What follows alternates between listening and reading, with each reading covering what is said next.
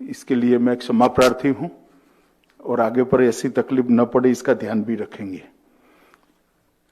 मित्रों, आज मेरा आपकी ये प्रेस कॉन्फ्रेंस के बाद और एक दो मीटिंग कर बंगाल का 2 दिन का दौरा मेरा समाप्त हो जाएगा। ये 2 दिन में 4 विभागों के भारतीय जनता पार्टी के कार्यकर्ता और अलग अलग समाज के कार्यकर्ताओं को मिलना हुआ। लगभग 180 से ज्यादा संस्थाओं के प्रतिनिधियों को भी एक हॉल के अंदर 2 तरफा संवाद भी हुआ है और इससे बंगाल की जो परिस्थिति मेरे ध्यान में आई है, मैं इसको आपके सामने रखना चाहता हूं। वैसे भी पार्टी से समय समय पर बंगाल की परिस्थिति के बारे में जानकारी आती ही है। 2010 में बड़े चाव के साथ 11 अप्रैल में मां माटी और मानुष के नारे के साथ बंगाल के अंदर परिवर्तन किया था। बंगाल की जनता के मन में ढेर सारी अपेक्षाएं भी थी, आशाएं भी थी और वो चाहते थे कि उनकी संवेदनाओं को उचित प्रतिसाद मिले, प्रॉपर रिस्पॉन्स मिले। एक लंबे समय के 3 दशक के कम्युनिस्ट शासन से बिल्कुल त्रस्त होकर तृणमूल कांग्रेस और उसकी नेत्री ममता बनर्जी के हाथ में बंगाल की सत्ताओं के सूत्र बंगाल की जनता ने दिए थे। मगर आज जब पीछे मुड़कर 10 साल के बाद देखते हैं तो मां माटी और मानुष का नारा तुष्टीकरण, तानाशाही और टोलबाजी में परिवर्तित हो गया है। जो अपेक्षाएं रखी गई थी किसी भी मानांक में तृणमूल सरकार और राज्य की मुख्यमंत्री अपेक्षाओं को पूर्ण करने में खरी नहीं उतरी है। वादे जो हुए वो खोखले साबित हुए और अपेक्षा निराशा में परिवर्तित हुई है और आशा सरकार के प्रति क्रोध और गुस्से में तब्दील हो गई है और जनता में एक अजीब प्रकार का वातावरण देखने को मिलता है। मैं जहां जहां गया सैकड़ों की, हजारों की संख्या में लोग रोड पर आए हुए थे। जब वो भारत माता की जय, वंदे मातरम और जय श्री राम के नारे लगाते थे तो हमारे स्वागत के लिए कम थे, ममता जी पर गुस्से के कारण ज्यादा दिखाई पड़ते थे। एक आंख में तो ममता सरकार की विफलताएं और असंवेदनशील शासन के प्रति गुस्सा दिखाई पड़ता था और दूसरी आंख में मोदी जी के नेतृत्व में भारतीय जनता पार्टी ही इसको बदल सकती है, ऐसी आशा दिखाई पड़ती थी। इसका कारण है बीजेपी का एक ट्रैक रिकॉर्ड है।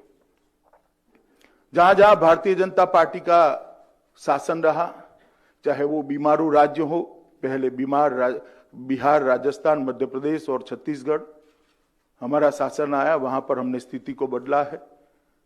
गुजरात के अंदर भी स्थिति को अंदर परिवर्तन लाए हैं। देश के अंदर सुशासन का एक नया मार्ग भारतीय जनता पार्टी ने मल्टी पार्टी डेमोक्रेटिक सिस्टम के अंदर सेट किया है और केंद्र में भी मोदी जी की सरकार बनने के बाद 5 ही साल में लगभग 60 करोड़ गरीबों के जीवन स्तर को ऊपर उठाने का काम भारतीय जनता पार्टी की सरकार ने किया।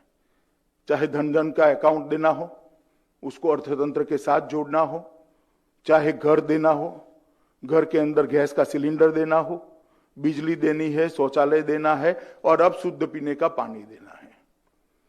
किसानों को हर साल 6,000 रुपया देना और गरीबों को 5 लाख तक की स्वास्थ्य की सुविधाएं देना। एक नया आशा का संचार 60 करोड़ गरीबों के लिए किया है। और मैं बंगाल की जनता को आश्वस्त करने आया हूं कि आपने कांग्रेस को भी एक मौका दिया, कम्युनिस्टों को भी मौके बार बार दिए और 2 बार ममता दीदी को भी दिया। एक मौका मोदी जी के नेतृत्व में भारतीय जनता पार्टी को दे दीजिए। हम 5 साल में सोनार बांग्ला बनाने का आपको वादा करते हैं। हमारा लक्ष्य स्पष्ट है, बंगाल के अंदर विकास हो, देश की सीमाएं सुरक्षित हो, बंगाल के अंदर घुसपैठ रुके। तृणमूल कांग्रेस का एकमात्र लक्ष्य है, दीदी का एकमात्र लक्ष्य है कि अगली टर्म में भतीजे को मुख्यमंत्री बना देना। अब बंगाल की जनता को तय करना है कि परिवारवाद चाहिए या विकासवाद चाहिए। बैड एडमिनिस्ट्रेशन का एक नया सूत्रपात, एक नया अध्याय ममता बनर्जी के नेतृत्व में बना है।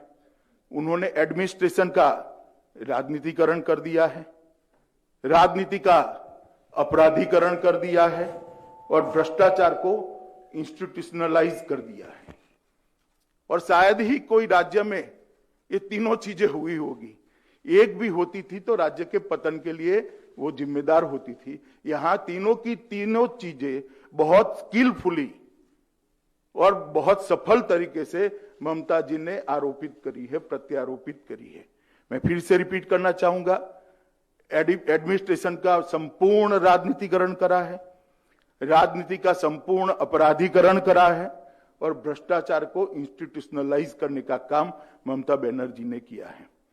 भ्रष्टाचार के उदाहरण मैं देना नहीं चाहता, कई बार मैं बंगाल की जनता और आप लोगों के सामने बोल चुका हूं, पूरी सूची है मेरे पास, आप पूछोगे सवाल में तो बता भी दूंगा। मगर साइक्लोन और कोरोना की महामारी में भी, सहायता में भी भ्रष्टाचार करने से तृणमूल की कैडर नहीं चुकी है, पीछे नहीं पड़ी है। ये इसका सबसे निकृष्ट और लेटेस्ट उदाहरण है। तुष्टीकरण से बंगाल की जनता के बहुत बड़े वर्ग के मन में क्या हम सेकंड ग्रेड सिटीजन है, ऐसा असुरक्षा का भाव खड़ा हुआ है। ढेर सारे मामले हैं तुष्टीकरण के, और तुष्टीकरण यहां तक पहुंचा कि एक प्रकार से बंगाल में 3 कानून है, एक अपने भतीजे के लिए, दूसरा अपनी वोट बैंक के लिए और तीसरा आम बंगाली के लिए। शायद ही देश में कोई एक राज्य होगा जहां 3 कानून चलते होंगे। कानून की पुस्तक में तो एक ही कानून है, मगर इंप्लीमेंटेशन के लिए 3 कानून है। भतीजे के लिए अलग है, अपनी वोट बैंक के लिए, वोट बैंक से आप समझ ही रहे हो मैं क्या कह रहा हूं, और बंगाल की जनता के लिए एक अलग कानून है। इस प्रकार का शासन शायद ही हमने देखा है। अभी अभी मैंने देखा ममता दीदी गड्ढे भरने का वादा कर रही है।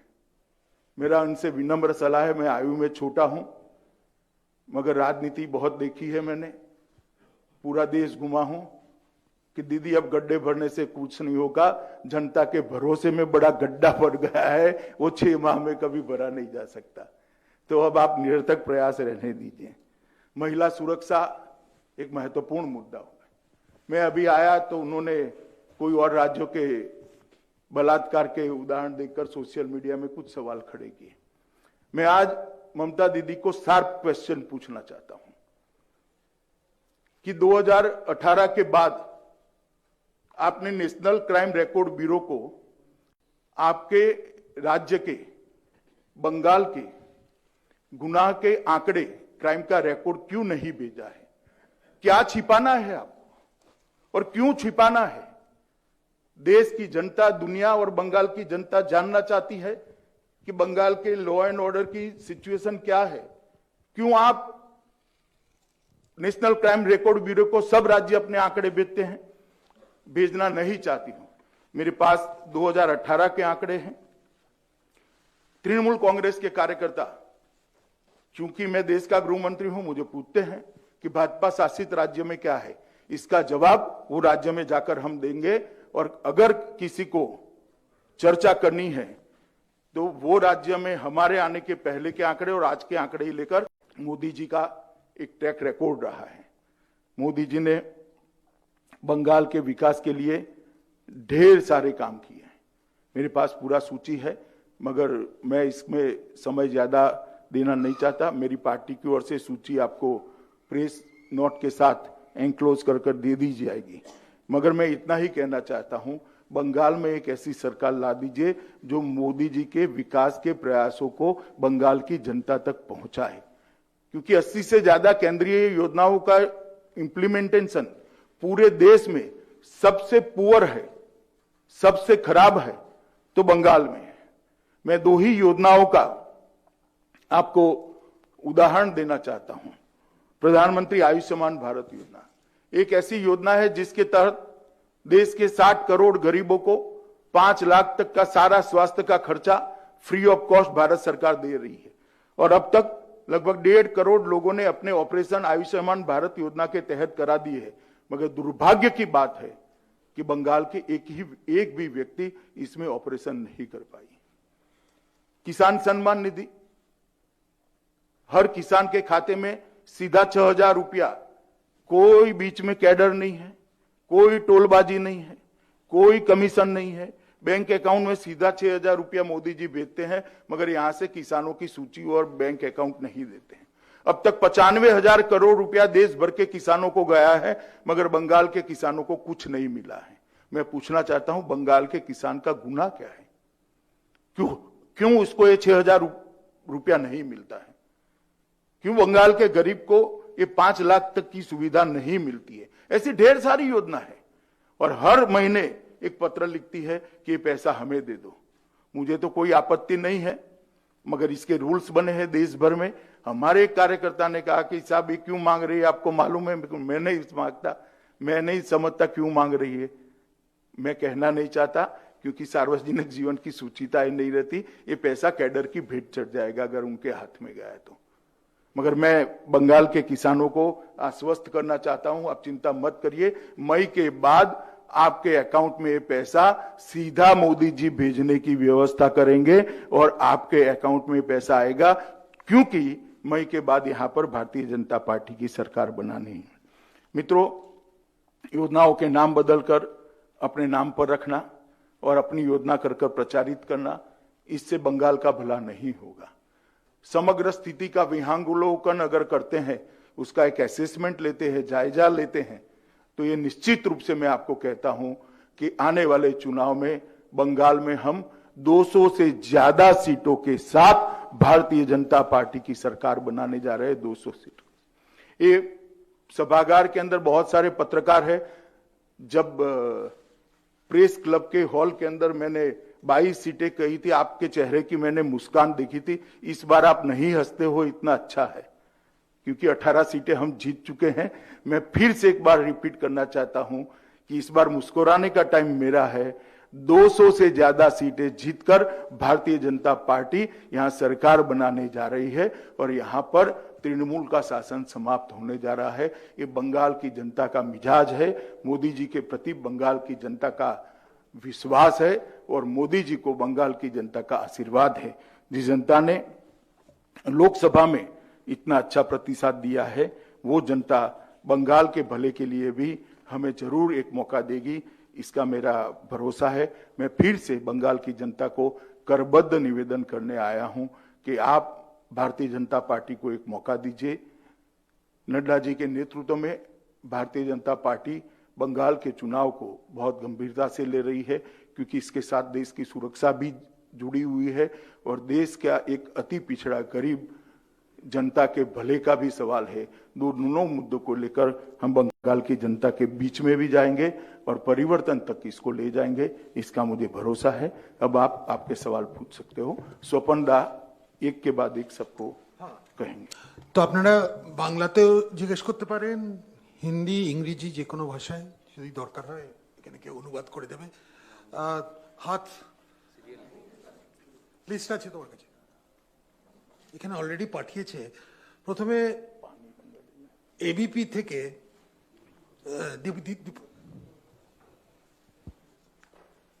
मेरा सवाल ये है कि लोकसभा चुनाव के बाद 2 नाम लेके बंगाल में चर्चा चल रहा है जोर शोर से। एक क्रिकेटर सौरभ गांगुली और एक तृणमूल के नेता और मंत्री शुभेंदु अधिकारी। ये कहा जा रहा है कि पार्टी के संबंध में, पार्टी संबंध करने की कोशिश कर रहे हैं, पार्टी में लाने की कोशिश हो रही अरे है। बहुत लंबी सूची है, 2 में कहां अटक गए। मेरा किसी ने संपर्क नहीं करा, मगर सूची बहुत लंबी है, इतना मैं कहना चाहता हूं। चलिए नेक्स्ट। आपके साथ कोई संबंध अरे हुआ है? नहीं, मेरा नहीं हुआ, मगर बहुत लंबी सूची है, इतना मुझे मालूम है। जिनसे संपर्क होता है वो लोग बताते हैं। आप 2 नाम तक सीमित मत रहिए, आगे बढ़िए। चलिए। अच्छा, Rohit, times of India. I'm sorry, I'm asking names কেন মাস্কে অনেক সময় we can't recognize.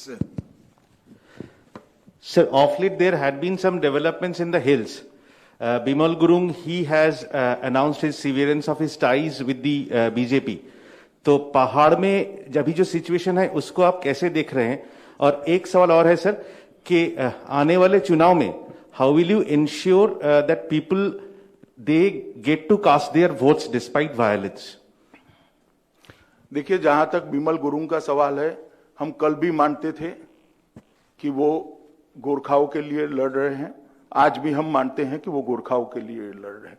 मगर मैं सवाल जरूर तृणमूल कांग्रेस को पूछना चाहता हूं, जिन पर 1100 से ज्यादा मुकदमे जड़ दिए, आज आपके साथ बैठे हैं, अब क्यों अरेस्ट नहीं हो रहा है? वो क्योंकि आपके साथ आ गया। पॉलिटिकल वेंडेटा का इससे बड़ा एग्जाम्पल कोई हो नहीं सकता। और मार्जिन इतना नहीं है कि 1-2 लोगों को प्रताड़ित कर आप ले जाओगे और तख्ता पलट दोगे या चुनाव का परिणाम बदल दोगे। मार्जिन बहुत तगड़ा है, कुछ नहीं होने वाला है, हम जीतने वाले हैं। और जहां तक वोट का सवाल है, भारतीय जनता पार्टी के कार्यकर्ता बिल्कुल सुनिश्चित करेंगे और भारत के चुनाव आयोग की जिम्मेदारी है कि फ्री एंड फेयर इलेक्शन हो। और जब जनता निकलती है तो ना कैडर कुछ कर सकती है, ना गुंडे कुछ कर सकते हैं। और बंगाल की जनता को मेरा अपील भी है, आप डरिएगा मत। भारतीय जनता पार्टी के कार्यकर्ता आपके अधिकार के लिए आपके साथ चट्टान की तरह खड़े। मनोज्ञ, इंडिया टुडे और आज तक, which I don't know which one you represent. Amit ji, मेरे सवाल के 2 भाग हैं। पहला कि सीए हाल ही में पार्टी अध्यक्ष आए थे जेपी नड्डा जी, और उन्होंने कहा था कि हम सीएए को हर हाल में इम्प्लीमेंट करके रखेंगे। केंद्र में इसका कानून बन गया है, कब तक इसे इम्प्लीमेंट करेंगे? क्या बंगाल चुनाव के पहले हो सकता है? नहीं, देखिए, कोरोना की महामारी पर निर्भर है, मगर कानून बन गया है, इम्प्लीमेंट भी जरूर होगा। बंगाल चुनाव के पहले? मैंने कहा ना, कोरोना महामारी पर निर्भर है, परंतु कानून बन गया है और इसको इम्प्लीमेंट भी जरूर करेंगे। और ये हमारा कमिटमेंट है कि जो शरणार्थी आए हैं उनको नागरिकता देना। दूसरा भाग है कि मुख्यमंत्री ममता बनर्जी ने बार बार ये कहा है कि बंगाल में आते ही रेड्स शुरू हो जाती हैं और बिना सरकार को जानकारी दिए गिरफ्तारियां भी हो जाती हैं केंद्रीय एजेंसियों द्वारा। आप खुद केंद्रीय एजेंसियों के, कई एजेंसीज के इंचार्ज हैं, गृह मंत्री बतौर, क्या कहेंगे? एक भी एजेंसी का मैं इंचार्ज नहीं हूं, मैं रिकॉर्ड क्लियर कर दूं। ना सीबीआई मेरे अंडर में आती है, ना ईडी आती है। मगर मैं कल लाला जी के यहाँ कोई रेड पड़ा है, नाम तो मुझे मालूम नहीं है, और ममता जी ने रिएक्शन दिया। ममता जी पहले जरा लाला जी से अपने रिश्ते उजागर कर दे, सार्वजनिक कर दे कि उनको क्यों इतनी चिंता हो रही है। कोयले की रेवेन्यू राज्य सरकार को भी मिलती है, केंद्र सरकार को भी मिलती है। कोयले की रेवेन्यू की चोरी करने वाले व्यक्ति के लिए इतना क्यों चिंता हो रहा है? ये महिलाओं के अपराध के आंकड़े कम करने के लिए इतनी चिंता करी होती तो ज्यादा अच्छा होता। वर्तमान राजू।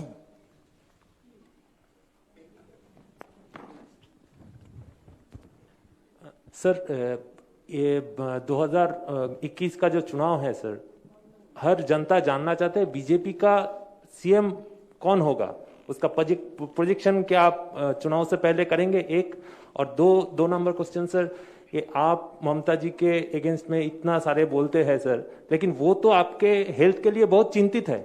कल आपके लड़के को उन्होंने फोन किया था कि आपका डैडी यहाँ पे आए हैं, मास्क वगैरह आप छोड़ के घूम रहे हैं, वो बहुत चिंतित है सर। ये क्या कहेंगे इसके? नहीं, डैडी के आने की चिंता है या मास्क की चिंता है? मेरी समझ में नहीं आया। जहां तक सवाल है, सार्वजनिक जीवन में व्यक्तिगत दुर्भावना मेरे मन में किसी के लिए नहीं है। मेरा ममता दीदी के लिए जो मैं सवाल उठा रहा हूं एडमिनिस्ट्रेशन के जुड़े हुए सवाल है, जो राज्य की मुख्यमंत्री के नाते उनका दायित्व है, इस पर ही मैंने सवाल किए। उनके व्यक्तिगत जीवन या व्यक्तिगत बातों के लिए मैंने एक भी सवाल नहीं किया है। मैं मानता हूं इसको ना आपको कटुता के दृष्टि से देखना चाहिए, न ममता दीदी ने देखना चाहिए। डेमोक्रेसी के अंदर ये हमारा अधिकार है एज अ ऑपोजिशन कि अगर कोई राज्य सरकार अच्छा परफॉर्म नहीं करती है तो हम सवाल पूछें। Maumita from Z. सर अभी आपने बताया कि बंगाल का जो हाल है, जरा हाथ ऊपर करो तो। हाँ बस बोलिए। बंगाल का जो अभी हाल है कि बंगाल अभी फेमस है फॉर पॉलिटिकल वायलेंस। किसी भी कार्यकर्ता है, 200 से ज्यादा कार्यकर्ता पॉलिटिकल वर्कर्स, वो उसका खून हो चुका है।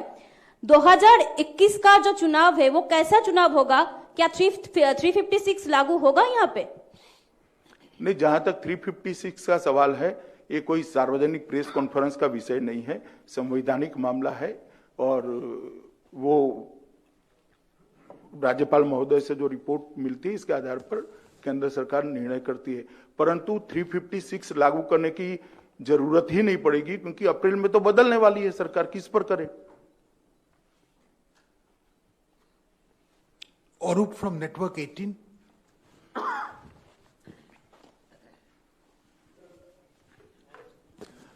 Sir, Arup from TV18 network. Sir, you are repeatedly telling that you are going to get 200 plus seats in forthcoming assembly election. What are the areas of concern which BJP must have to address in the forthcoming election, before the forthcoming election? First, and the next is why BJP is not projecting any chief minister face before assembly election? नहीं, जहां तक chief minister face का सवाल है, party का parliamentary board और party के राष्ट्रीय अध्यक्ष ही निर्णय करेंगे करना या नहीं करना, और करना तो किसको करना। मगर देश में हम बहुत सारे चुनाव फेस तय करे बगैर लड़े हैं। जैसे यूपी 3/4 मेजोरिटी से जीते, हमारा कोई फेस नहीं था उस वक्त जब चुनाव में गए। ढेर सारे चुनाव हम ऐसे ही लड़े हैं, जीते हैं। और जहां तक कंसर्न का सवाल है, हमें आपकी मदद चाहिए, आप हमारी बातों को लोगों तक पहुंचाइए और ममता जी के दबाव में मत आइए, इतना ही है, बाकी सब हम कर देंगे। Satyajit from CN. सर, मेरा सवाल है आपसे कि अब 200 सीट्स के बारे में जिक्र कर रहे हैं, पहले 18 सीट के बारे में भी जिक्र किए थे, तो इसका बुनियाद क्या है? और दूसरा सवाल है कि इस राज्य में बीजेपी का विस्तार आपके जाने के बाद और फिर आने से पहले किस तेजी से हो सकता है, और वायलेंस क्या होगा वो किस में? आप तो गृह मंत्री हैं। देखिए, वायलेंस तो तृणमूल कांग्रेस पर निर्भर करती है, और जहां तक 200 सीटों का बेसिस का सवाल है, भारतीय जनता पार्टी ने विगत 5 सालों में अपने संगठन को हर बूथ तक फैलाया है। और दूसरा, बंगाल की जनता के मन में जिस प्रकार की अविश्वास तृणमूल कांग्रेस पर खड़ा हुआ है, गुस्सा जिस तरह से खड़ा हुआ है, स्पष्ट दिखाई पड़ता है कि इस बार परिवर्तन होगा और बहुत बड़ा परिवर्तन होने जा रहा है। प्रतिदिन रूपायन।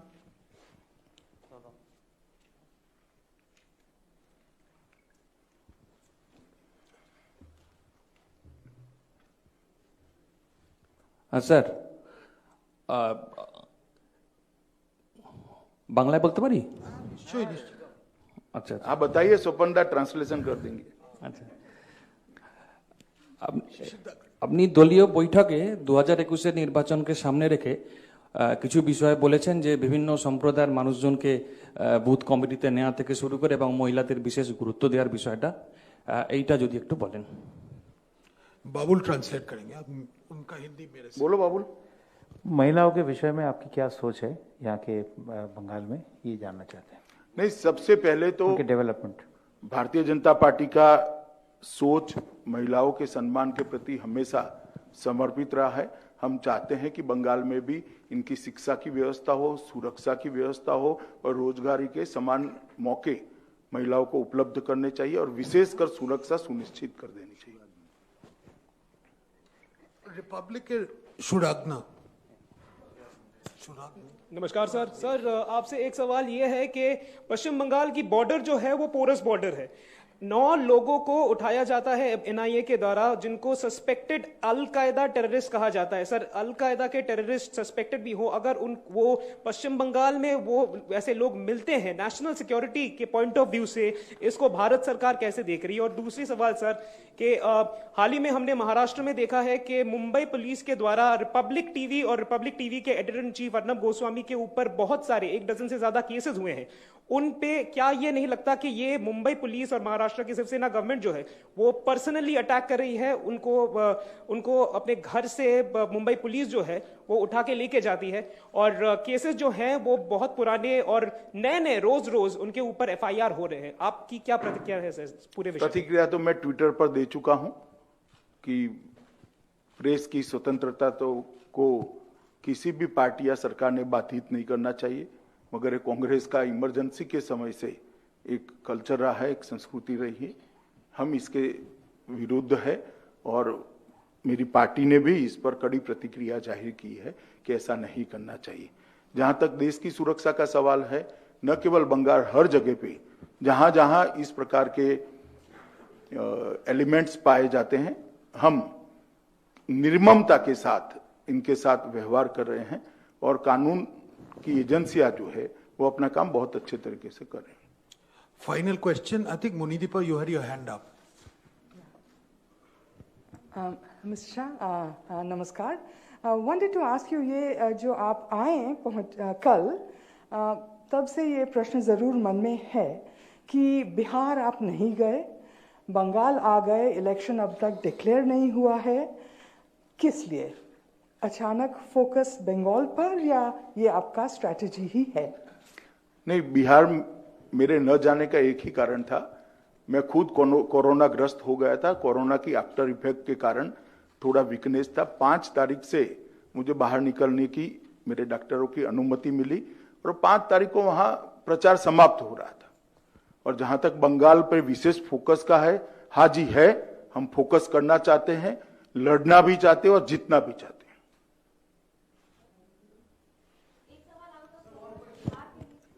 हाँ, कर लो मनोज्ञा। 1 सेकंड, मनोज्ञा कर रही है। मुख्यमंत्री नीतीश कुमार ने कहा है कि ये उनका आखिरी चुनाव होगा, इसे आप कैसे देखते हैं? और बिहार के रिजल्ट पर अगर कुछ कहें, क्या एक्सपेक्ट? देखिए, जहां तक रिजल्ट का सवाल है, पूर्ण बहुमत की भारतीय जनता पार्टी की सरकार बनने वाली है और एनडीए के नेता नीतीश जी की शपथ होने वाली है। सर एक सवाल, एक सेकंड, नीतीश जी के रिटायरमेंट पर मैं कोई टिप्पणी करना नहीं चाहता। सर एक सवाल, मैं प्रदीप पीटीआई से, यहाँ का जो गवर्नमेंट है, टीएमसी गवर्नमेंट, बार बार एक सवाल कर रही है, आरोप लगा रही है कि यहाँ के जो गवर्नर है, he is acting like a agent of BJP. तो आपको क्या लगता है, आपको इसके बारे में क्या कहना है?